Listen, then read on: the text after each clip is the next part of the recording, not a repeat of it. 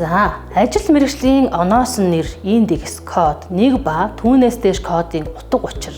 Кодоор ажил мэргэжлийг хайхад юуг анхаарах ёстой вэ талаар доор дурдъя.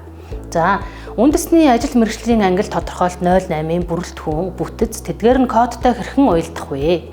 Түлхүүр үгийг тогтоох, түлхүүр үгээр ажил мэргэжлийг хайх нь талаар тайлбарлая. Ангиллын үндсэн бүлэг нь нэг оронтой тоогоор дид бүлэг 2 оронтой, бага бүлэг 3 оронтой, нэгж бүлэг 4 оронтой тоогоор кодлогдсон байдаг. Тухайлах юм бол үндсэн бүлэг 1 оронтой кодоор тэмдэглэсэн. Жишээ нь 2 мэргэжилтэн, дид бүлэг 2 оронтой кодоор тэмдэглэгдсэн. Жишээ нь 22 эрүүл мэндийн мэргэжилтэн, бага бүлэг 3 оронтой кодоор тэмдэглэгдсэн. Жишээ нь 221 хүний их хэмж, нэгж бүлэг 4 оронтой кодоор тэмдэглэгдсэн. Жишээ нь 2211 ерөнхий мэргэжлийн их хэмж.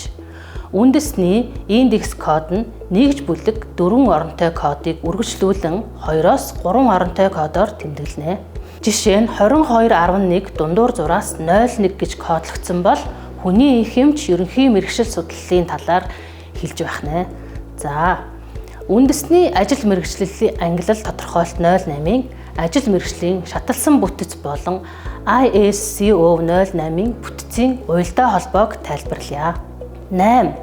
Машин механизм төхөөрөмжийн оператор угсрагч. 83 гэхээр жолооч, хөдөлгөөн төхөөрөмжийн операторч.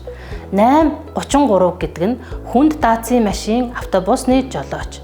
8331 гэдэг нь автобус, троллейбус, трамвайны жолоочийг хэлдэг байх нэ.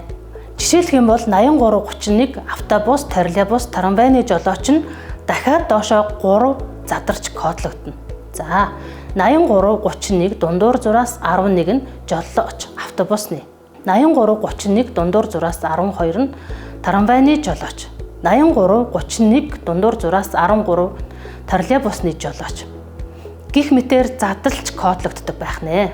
За, үндэсний ажил мэргэжлийн англи тодорхойлт 08-ийн үндсэн, дид, бага, нэгж бүлэг мэргэжлийн тоо. Үүнийг хүснэгтээр харуулнаа.